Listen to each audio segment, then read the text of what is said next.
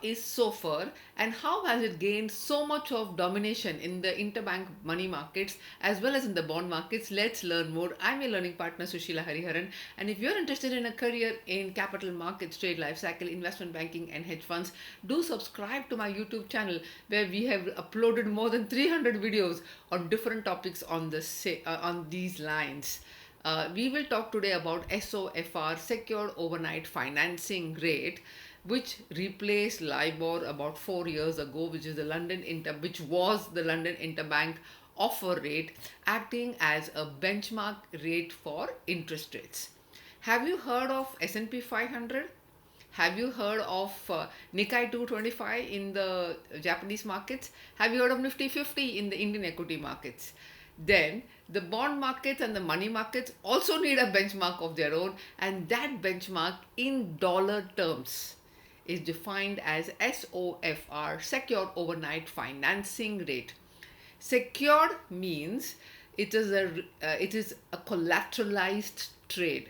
So these are not naked lending transactions, okay? They're collateralized trade. That means there is a repo transaction in order for the counterparties to trade in government securities with each other. Overnight means it's for 1 day. That is, the lender lends money, the borrower repays principal plus interest on the very next day. That is, it's a T+1 kind of a transaction. If the borrowing is for anything more than 1 day, then we have to calculate the terms and conditions of the duration of more than 1 day.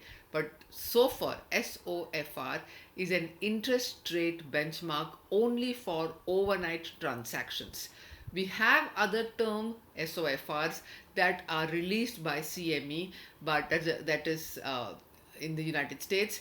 But in this case, we are talking only about USD SOFR, which is announced by the United States Federal Reserve Bank. The SOFR is only for overnight financing, secured overnight financing rate, right? For which currency? For USD. For different currencies like the GBP, you have SONIA, and in many other markets in the world, we have ARR, which is alternative reference rates. The whole idea is that we calculate the interest rates for the next day on the basis of the trades that are taking place today. So unlike LIBOR, which was used for almost 3 decades, that's the London Interbank offer rate, was the interest rate which was used for almost 3 decades by global markets, including the London markets, New York markets, and even in India, we use the LIBOR as a reference rate for dollar-denominated transactions, lending and borrowing transactions. But because of the LIBOR scam of 2013-14, where LIBOR was underpriced in order to show higher profits for some of the dealers in the money desk at some of the largest investment banks, the LIBOR was slowly removed as an interest rate benchmark, and in its place came Sofr. The biggest difference between LIBOR and Sofr is LIBOR is an indicative rate, right? Whereas Sofr is an actual rate of all the trades that have taken place today, which is then used by banks for trades to be concluded the next day. So since it's only overnight, the trade literally starts the next day, but the interest lock-in has been done on the basis of interest rates of the previous day. Sofr has worked so far so good in the money markets across the world, and many banks have adapted their systems, their bond products, their pricing, their valuation, their mark to market, etc., with reference to Sofr.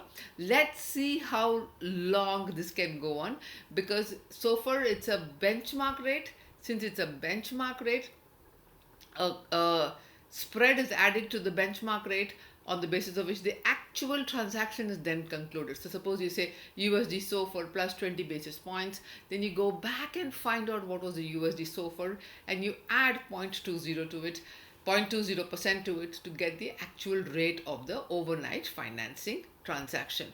Sofr trades have been dominating the markets in the interbank money markets, especially in the London markets and New York markets, all of the last 3 years. They've also been used, it has also been used for valuation of interest rate swaps denominated in dollars, as well as in any other financing transaction that has been used for lending and borrowing in the case of the USD currency.